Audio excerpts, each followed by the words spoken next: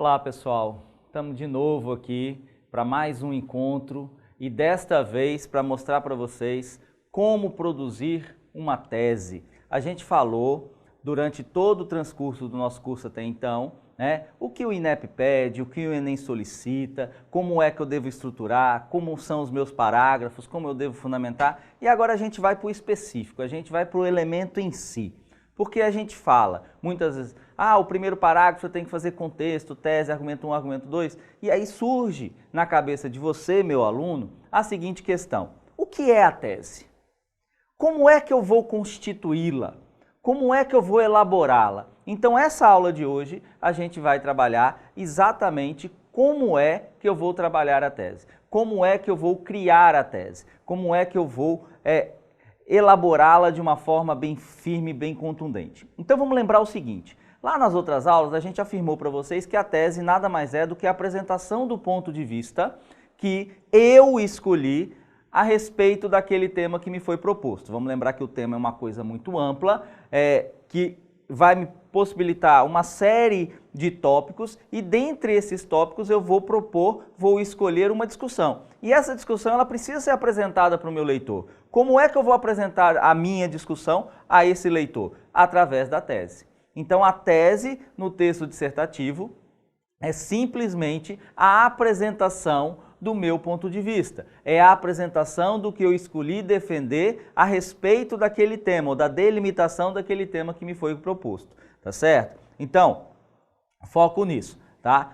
Tese é o meu ponto de vista. E aí a gente vai trabalhar algumas estratégias com vocês de como montar esse ponto de vista, como entender, porque chega muitas vezes a dúvida de vocês, até pela questão do emocional, avaliação, prova, concurso público, exigem um equilíbrio emocional e muitas vezes esse equilíbrio emocional nos faz não refletir como deveria. Então, como é que eu vou refletir dentro desse desalinhamento, desequilíbrio emocional possível, tá? A tese é aquilo que eu quero discutir, é aquilo que eu tenho conforto para falar a respeito do tema, tá certo? O tema está lá, delimita uma série de tópicos e eu vou escolher aquilo que eu tenho mais conforto, aquilo que de repente na mesa de um bar com os amigos ou no almoço do final de semana em família eu quero discutir, tá certo? Então a tese é isso, é eu apresentar uma discussão, apresentar um ponto de vista,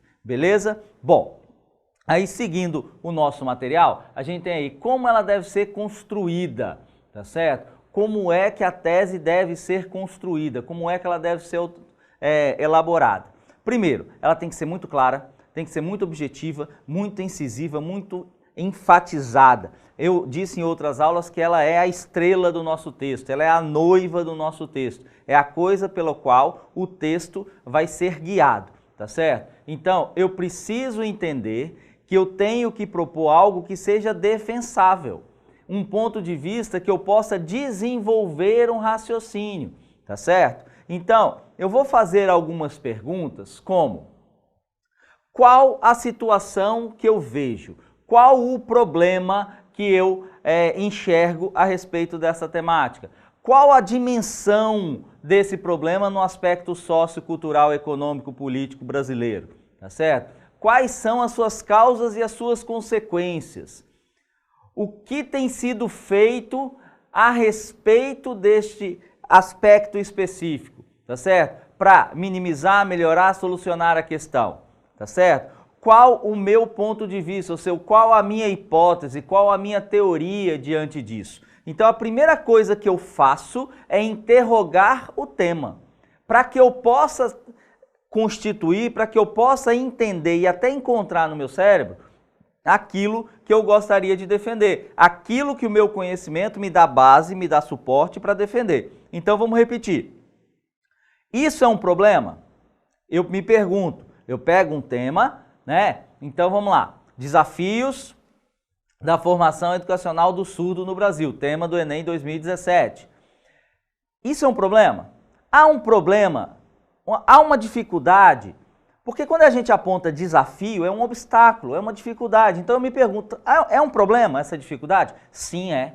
Eu tenho que ter uma sociedade inclusiva. Vamos lembrar que a gente tem uma necessidade de trabalhar um texto cidadão.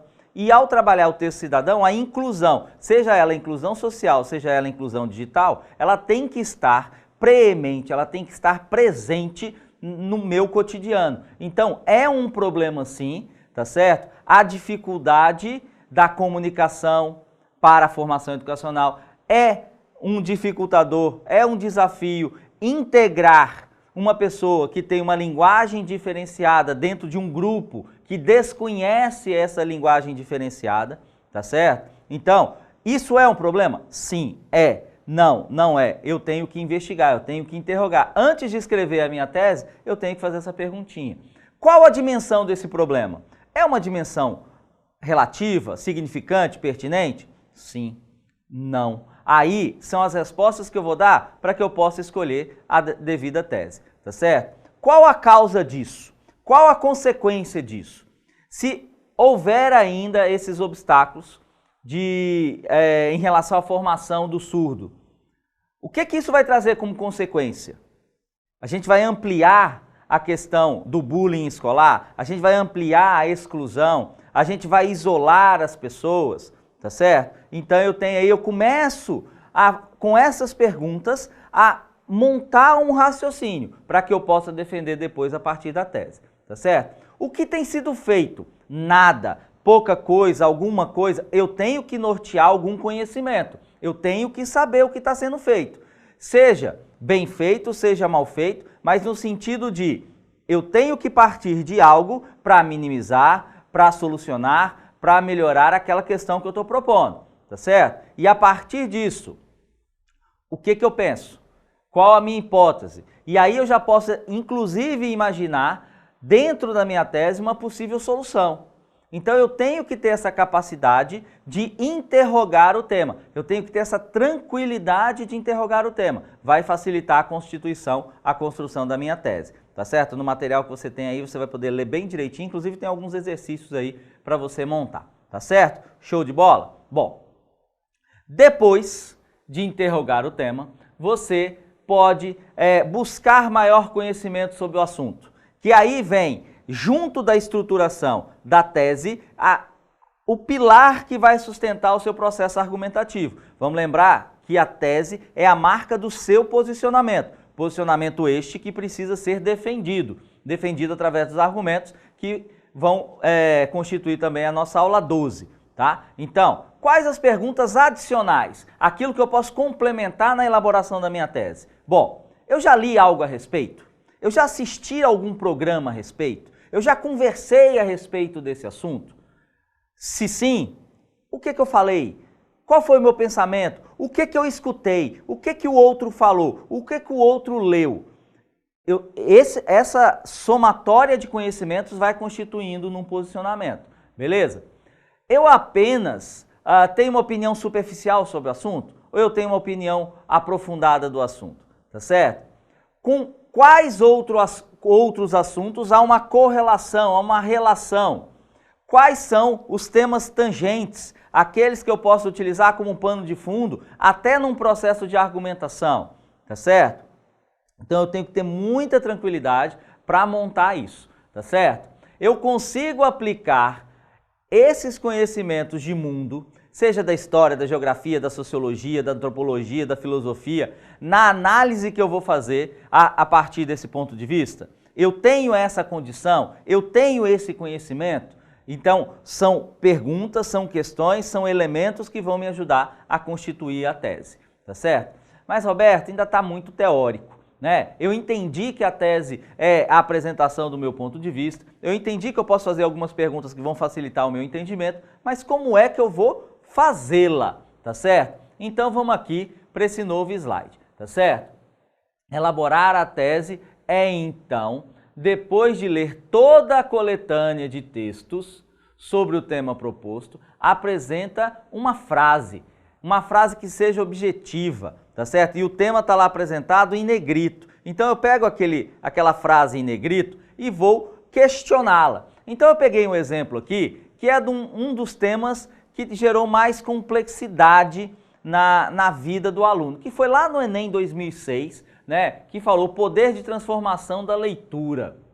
Bom, este tema não se tratava de se colocar a favor ou contra determinado assunto.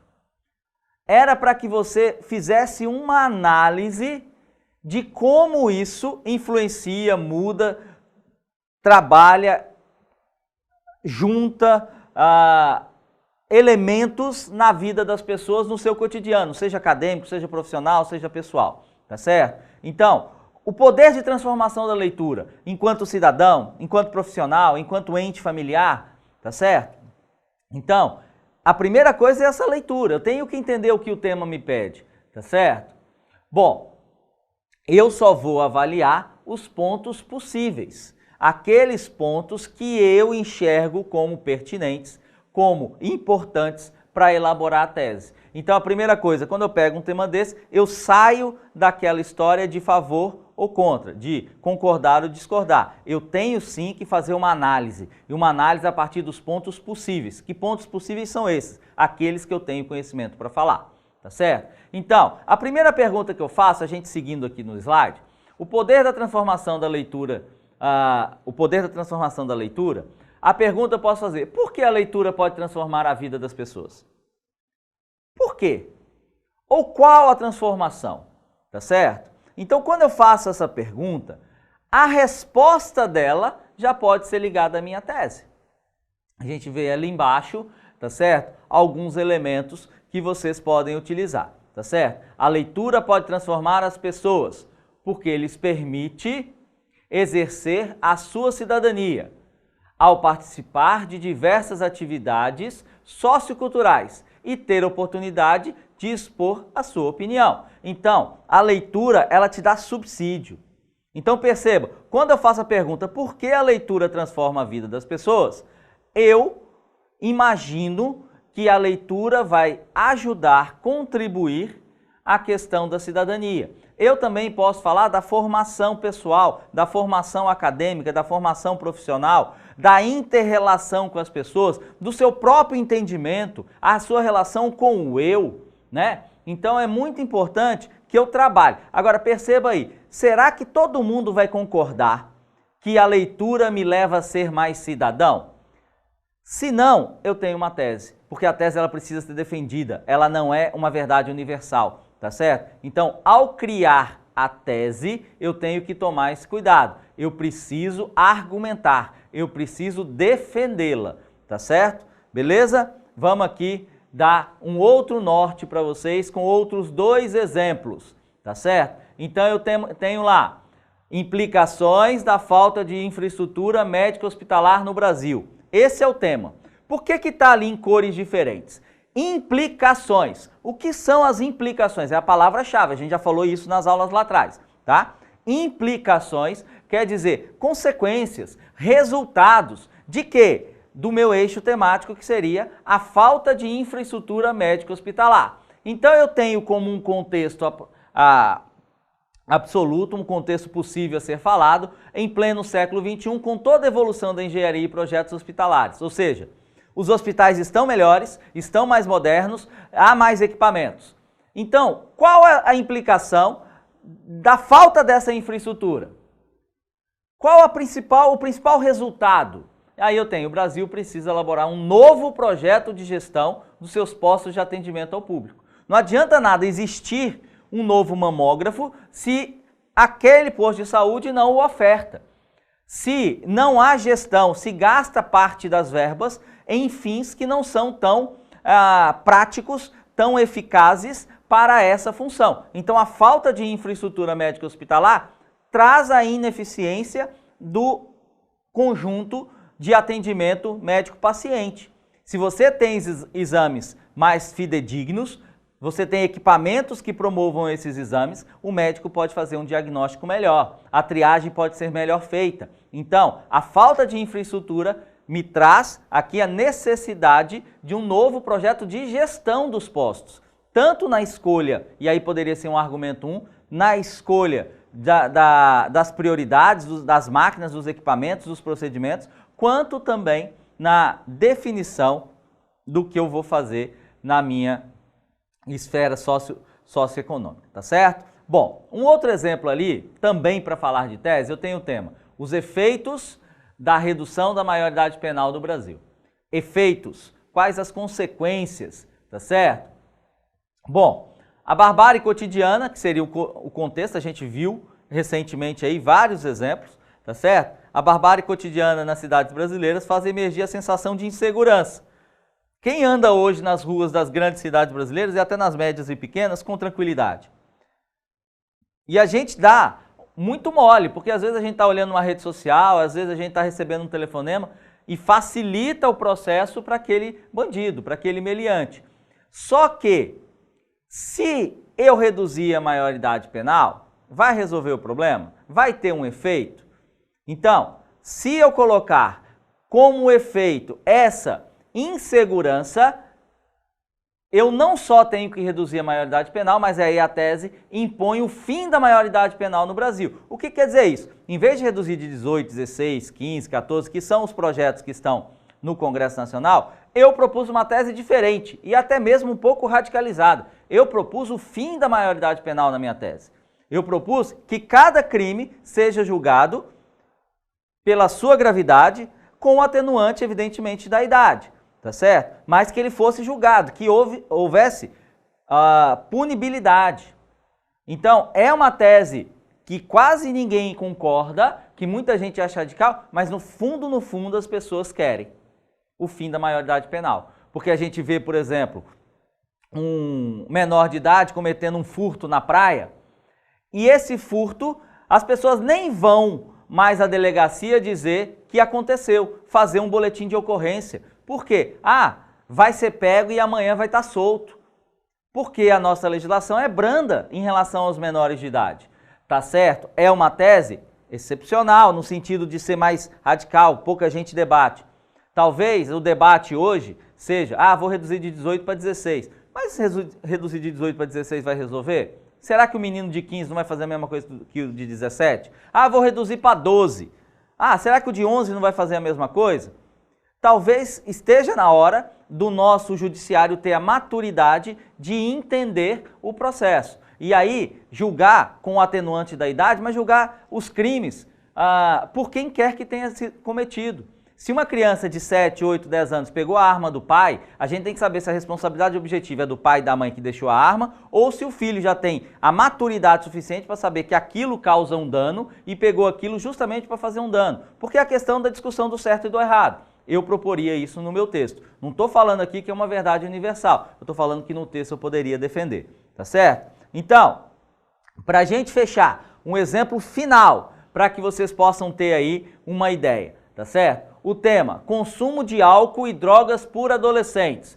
Eu posso trabalhar como teses a falta de orientação sobre álcool e drogas. A gente conversa muito pouco, inclusive no Brasil, o consumo de álcool é estimulado muitas vezes pelos próprios pais, pela própria família, né? Especialmente a dita cerveja, tá certo? Aquela que é a droga lícita, que as pessoas não entendem o mal que faz. A gente vive uma cultura que ainda acha que esse tipo de álcool, esse tipo de bebida, não causa dano. E a gente vê aí, especialmente no trânsito, uma série de exemplos de como ele é danoso. A gente vê vários crimes passionais motivados pela questão do álcool, tá certo? Então eu posso falar na minha tese sobre essa falta de orientação a respeito do álcool e das drogas, tá certo? Outra coisa, problemas de relacionamentos causados pelo álcool, ou seja, de estrutura familiar. Quantas famílias se separam ou têm agressão ou têm violência doméstica a partir do uso das drogas e do álcool, especialmente do álcool, tá certo? Outra coisa, nós temos no Brasil, desde a Constituição de 1988, uma proibição, todo bar, todo restaurante, toda boate, toda casa de show que você entra, tem uma plaquinha lá, proibida venda e consumo de bebidas alcoólicas por menores de 18 anos. Quantas vezes vocês viram alguém denunciar dentro de uma casa de show, de uma boate, de um restaurante, ou mesmo de um supermercado, de um mercadinho, e proibir que aquele menor tenha acesso à bebida alcoólica? Quantas vezes, né? Então é uma proibição que está na lei, mas que não é praticada, que não é exacerbada no rigor do nosso cotidiano, tá certo? Então eu posso trabalhar essas três teses aí, 3 elementos de tese, para falar sobre esse tema. Então lembre-se, a tese é um tópico que eu vou escolher para debater. E dentro desse tópico, a frase que eu vou apresentar para o meu leitor. Tá certo? Belezinha? dê uma olhada aí no exercício que está em PDF aí no nosso material dessa aula. Façam os exercícios e entendam. A tese é uma frase simples, não tem enrolação, não tem encheção de linguiça, ela é objetiva, ela é clara, ela é aquilo que vai nortear o nosso texto. Belezinha? Na aula 12 a gente vai falar como montar os argumentos para cada uma dessas teses. Beleza? Até lá!